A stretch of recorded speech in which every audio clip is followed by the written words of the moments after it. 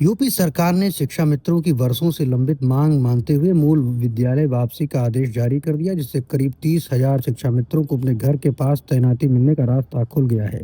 प्रक्रिया 2 चरणों में होगी और जिला स्तर की समिति रिक्त पदों के अनुसार समायोजन पूरा करेगी। इस आदेश को लेकर शिक्षा मित्रों में खुशी की लहर दौड़ गई है।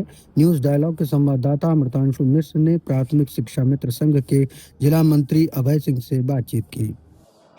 उत्तर प्रदेश सरकार ने कई वर्षों से लंबित जो मामला चल रहा था शिक्षा मित्रों की घर वापसी की, घर के पास उनकी तैनाती हो, जिससे 30,000 शिक्षा मित्र लाभान्वित होंगे ऐसा। और आप जो है शिक्षा मित्र संघ में महामंत्री के पद, जिला महामंत्री के पद पर तैनात हैं। इसके शिक्षा मित्रों कैसी खुशी जाहिर हो रही है, क्या मामला कैसे क्या?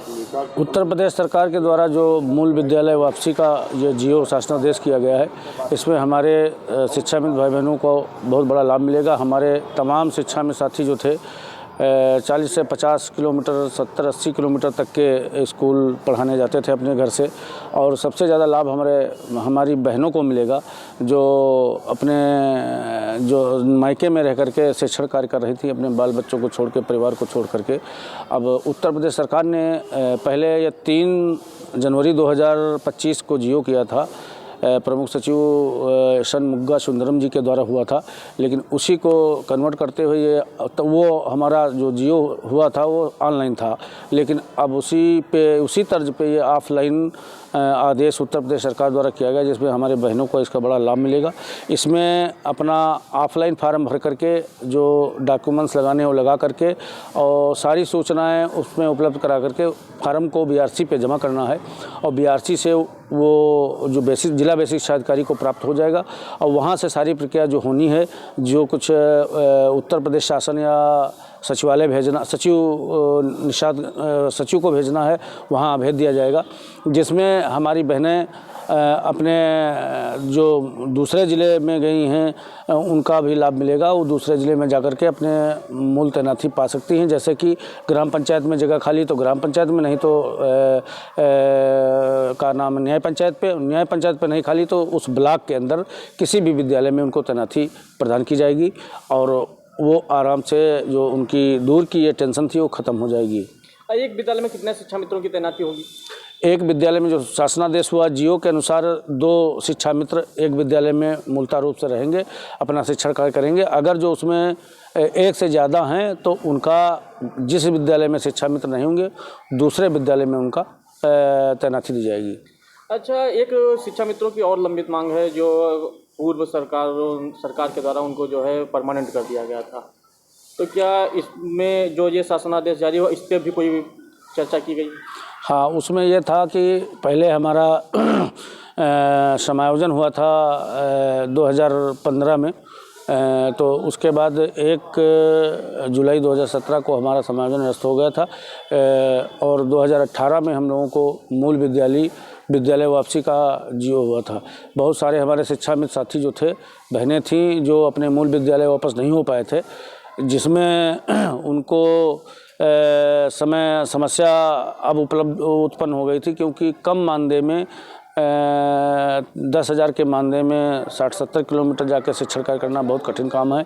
अपने परिवार को आदमी चलाए कि अपने माँ बाप की दवा करावे या स्कूल में शिक्षण कार्य करने जाए, इसलिए ये बहुत अच्छा काम राज्य सरकार ने किया। और हमारी मूल मांग है कि खैर ये तो हो ही गया है, लेकिन जो आर्थिक स्थिति हमारी सुदृढ़ की जाए और हमारा मानदेय बढ़ाया जाए, और कम से कम हम लोगों का मानदेय 45,000 रुपया जरूर दिया जाए, जिससे हम अपने बाल बच्चों को की जो सुदृढ़ व्यवस्था कर सकें, शिक्षा के क्षेत्र में उनको हम आगे बढ़ा सकें और माँ बाप की सुदृढ़ इलाज करा सकें। अच्छा, अगर जो 45,000 रुपया जो मांग है शिक्षा मित्रों की, 45,000 रुपया शिक्षा मित्रों को मानदेय होना चाहिए, अभी तक इस पे कोई चर्चा की गई सरकार के द्वारा या नहीं की गई? कोई जो है लिखित अध्यादेश पारित किया गया, शासनादेश कोई जारी हुआ या नहीं जारी हुआ? जो नया अध्यादेश आया है उसके लोकप्रिय मुख्यमंत्री श्री योगी आदित्यनाथ जी के द्वारा 5 सितंबर 2025 को ये घोषणा की गई थी कि शिक्षकों के साथ में शिक्षा मित्र भी कदम से कदम मिला के चलते हैं और हमारी सरकारी योजनाओं को सुचारू रूप से निस्तारित करते हैं, हर योजना में बढ़ चढ़ के हिस्सा लेते हैं।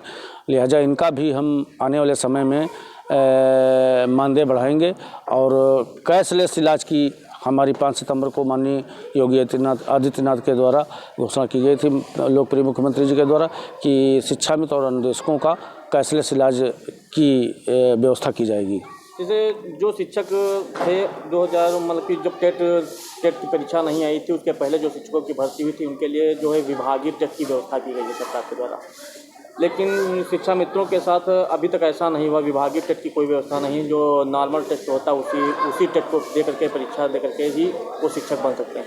तो क्या कोई शिक्षा मित्रों की ऐसी भी मांग रहेगी कि विभागीय टेट की परीक्षा करवा करके शिक्षा मित्रों को जो है परमानेंट कर दिया जाए, समायोजित कर दिया जाए?